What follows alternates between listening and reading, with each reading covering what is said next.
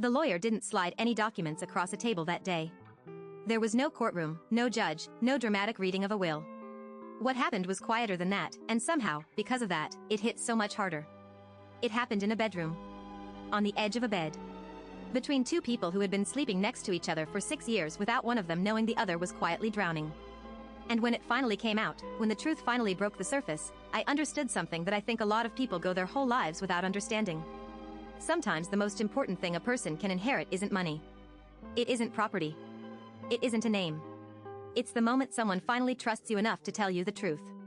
But to understand why that moment felt like justice, not against an enemy, but against silence itself, we have to go back. About 6 months, maybe a little more. Back to when I first noticed that my husband had disappeared. Not physically. He was still there every single day. He came home at 5:58 every evening like clockwork. He ate dinner. He did the dishes. He vacuumed the living room every 3 days, almost to the hour. He sat down with our kids and ran through the bedtime routine.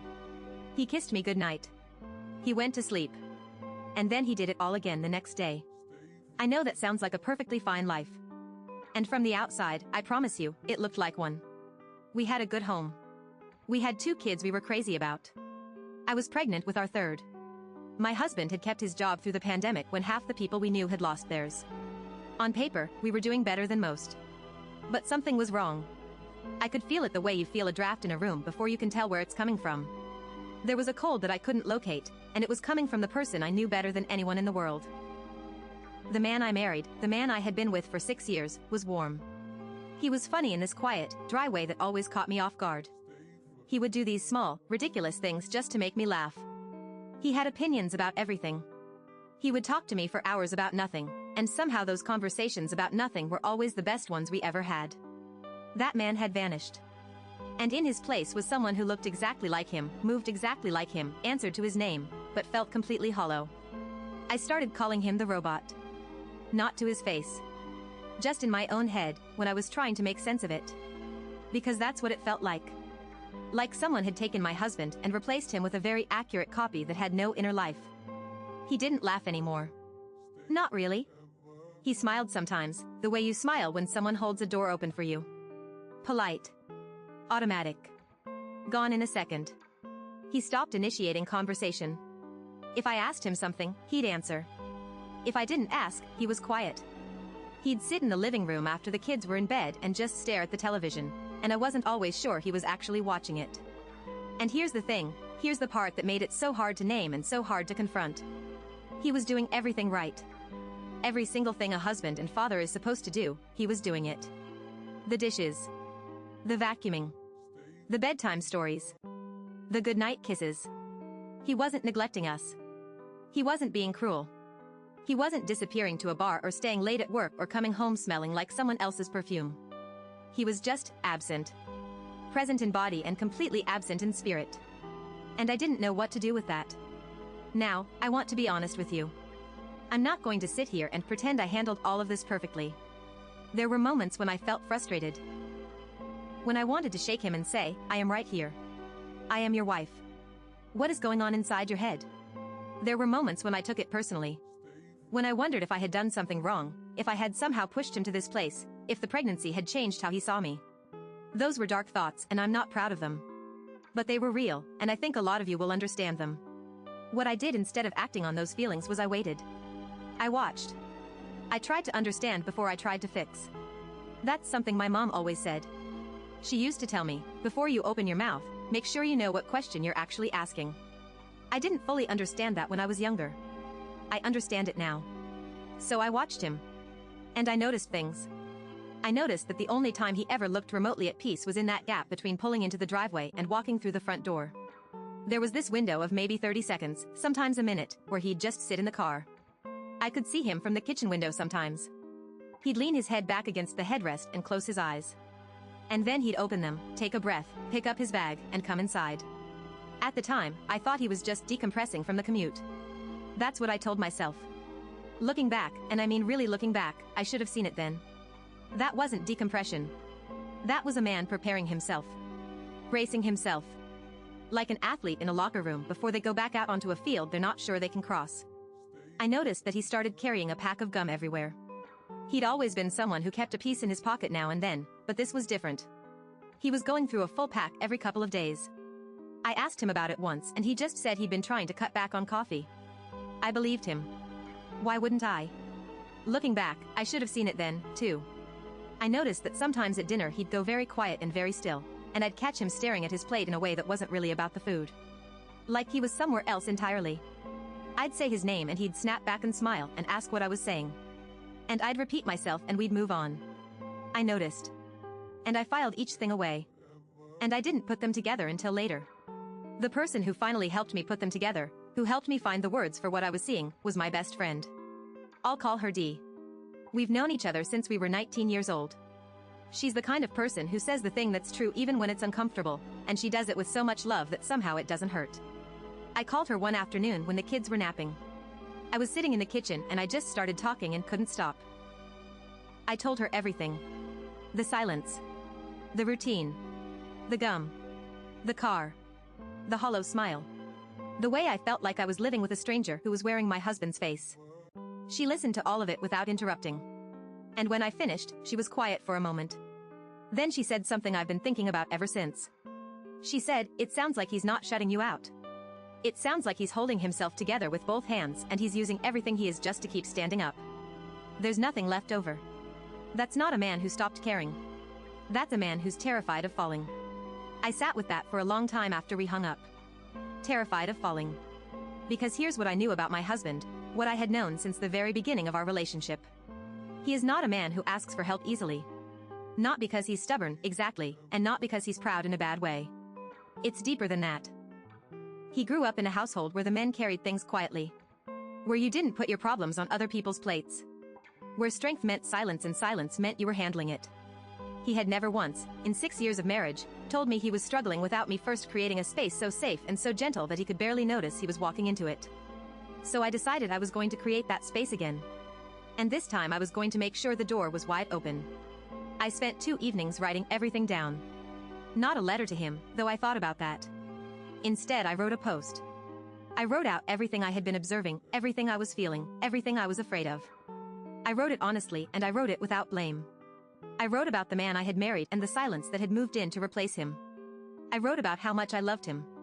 I wrote about how I didn't know how to reach him and I needed help finding the words. I'm not going to lie to you, writing it was one of the hardest things I had done in a while. Because putting it all in one place, in order, made it undeniable. This was real. This was serious. My husband was suffering and I hadn't been able to get through to him and I was scared. I read through what I had written probably 4 times before I decided I was going to show it to him directly. Not read it to him, show it to him.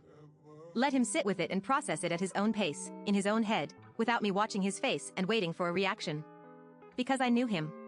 I knew that if I watched him too closely, he'd manage his reaction for my benefit instead of letting himself actually feel it. I waited until the right evening. He came home at 6, a little later than usual. I made sure he had something to eat first. And then I asked him to come to the bedroom with me. He sat down on the edge of the bed. I sat beside him. And I handed him my phone with everything I had written pulled up on the screen. I told him I was worried about him. I told him I needed him to read this. And then I sat very still and I waited. I watched him read. His eyes moved across the screen slowly, carefully. He scrolled down. He scrolled back up once, like he was rereading something. His jaw was set. His shoulders were tight. And then, somewhere near the end, something in him broke. Not loudly. Not dramatically. His face just crumpled. And then the tears came. I need you to understand the weight of what I'm telling you. In 6 years of marriage, through hard times and disagreements and moments that tested both of us, I had never once seen this man cry. Not a single tear. Not even close. He was crying now. Not a quiet, controlled kind of crying. Full, heaving sobs that shook his whole body. The kind of crying that happens when something has been locked away for so long that when it finally gets out, it comes out all at once. I put my arms around him. I didn't say anything. I just held him and let it happen, and I thought about Dee's words, a man who's terrified of falling, and I understood in that moment that what I was holding was someone who had been falling for a very long time and had finally allowed himself to land. We stayed like that for a few minutes. And when he could breathe again, when he could find his words, he started talking. And once he started, he couldn't stop. He told me that he felt the world was in a dark, hard place right now. That we were bringing a new life into a time filled with uncertainty and fear, and he felt the full weight of that every single day. He told me that when I fell pregnant with our third, something shifted in him. He felt a responsibility close around him like a hand tightening. He felt he had to step up. He had to provide. He had to protect. He had to be solid because everything else felt uncertain. He said he thought if he just worked harder, pushed harder, doubled down, he could get through it. He kept telling himself, one more push and you'll see the end of the tunnel. But the harder he pushed, the darker the tunnel got. Until eventually he couldn't see an end at all. He said, and these were his exact words, and I don't think I will ever forget them, he said, I feel like I'm constantly drowning, and the only breath of fresh air is on the car ride between home and work. That hit me like a fist to the chest. The car. The 30 seconds in the driveway with his eyes closed. That wasn't him decompressing. That was the only moment in his entire day where nobody needed anything from him.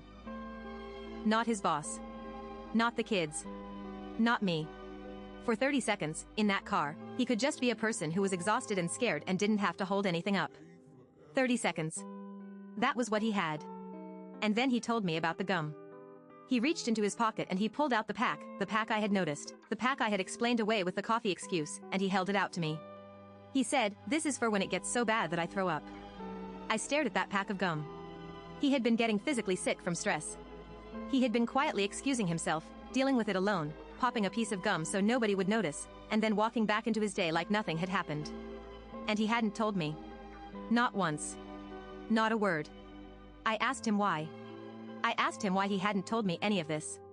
He looked at me for a moment like he was working out how to say something he had never said out loud before. And then he said, because I thought if you knew how close to the edge I was, you'd stop seeing me as someone who could protect you. I thought you'd stop seeing me as strong. And I genuinely thought, that if that happened, you would stop loving me. I started crying before he finished the sentence. Because that belief, that devastatingly wrong, heartbreaking belief, was the thing that had been sitting between us for months like a wall neither of us could see. He had been protecting me from the truth to protect himself from losing me. And in doing that, he had almost lost me anyway, just in a completely different way. I didn't come from the same place he came from. I wasn't raised with those rules about silence and strength. Where I grew up, you talked about things. You brought problems to the table and you dealt with them together. And I had assumed, without ever saying it clearly enough, that he understood that's how I felt. I hadn't said it clearly enough. That's on me. And I've thought about that a lot since. But here's what I told him that night. I told him that his strength was never in the silence. His strength was in how hard he tried, every single day, for this family. His strength was in the fact that even when he was drowning, he still showed up. Still came home. Still sat with the kids. Still tried. That was the strength I had fallen in love with. Not some performance of invulnerability. The real thing. The messy, human, exhausted, still going thing. He didn't say much after that. He didn't need to. He just nodded slowly, and I could see something in his face shifting. Not fixed, nothing that deep gets fixed in one conversation. But something loosened. We talked for a long time that night. About everything. About the job, and he surprised me here, because I thought the job was the problem and it wasn't. He said the work itself was fine. He said he was actually grateful to have it. What crushed him wasn't the job. It was the weight of what the job now represented. The responsibility. The fear of losing it. The pressure of being the one standing between his family and the uncertainty of the world outside. He told me something else that I found both heartbreaking and completely understandable. He said that some days, not often, but some days, he thought about just packing a bag and disappearing to some island somewhere for a week. Not leaving permanently. Not abandoning us. Just vanishing from all of it for long enough to breathe. And then he'd feel guilty for even thinking it. And that guilt would make him push harder. Which would make the drowning worse. Which would make the thought come back. It was a loop. A closed, airless, exhausting loop. I told him he should go. I told him he deserved a break, and I meant it completely. I didn't say it to be nice. I said it because it was the most obvious truth in the room. He shook his head. He said he wouldn't go without me. He said if he was going to step back from everything, the only way he could do it without the guilt eating him alive was if we went together.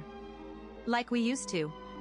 Before kids and mortgages and pandemics and everything else that had quietly taken over the life we used to have. He said, before the baby comes, I want to take a week. Drop the kids at your mom's. Just you and me. Like when we first got married. And just like that, I could see him again. Not the robot. My husband. The man with the dry sense of humor and the opinions about everything, and the way he looks at me sometimes like I'm the most interesting thing in any room. He was still in there. He had never actually left. He had just been buried under everything he refused to put down. We also talked about something more immediate, more sustainable. Because a vacation, as much as we both needed it, was a week.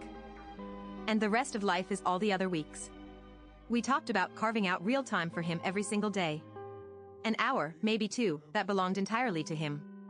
No children. No work. No errands. No obligations. Just time to be a person instead of a provider. We started calling it Daddy's time because our oldest had overheard us talking and asked what it meant, and somehow the phrase stuck. It's such a small thing. 1 hour.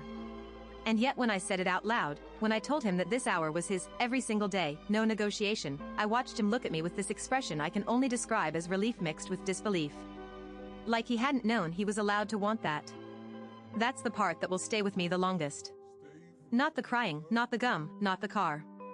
The look on his face when I told him he was allowed to rest. He hadn't known he was allowed to rest. We talked until late.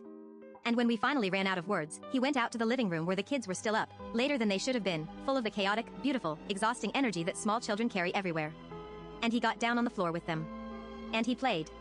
Not the way he had been playing with them for the past few months, that careful, dutiful, going through the motions playing that I had watched with a heavy heart.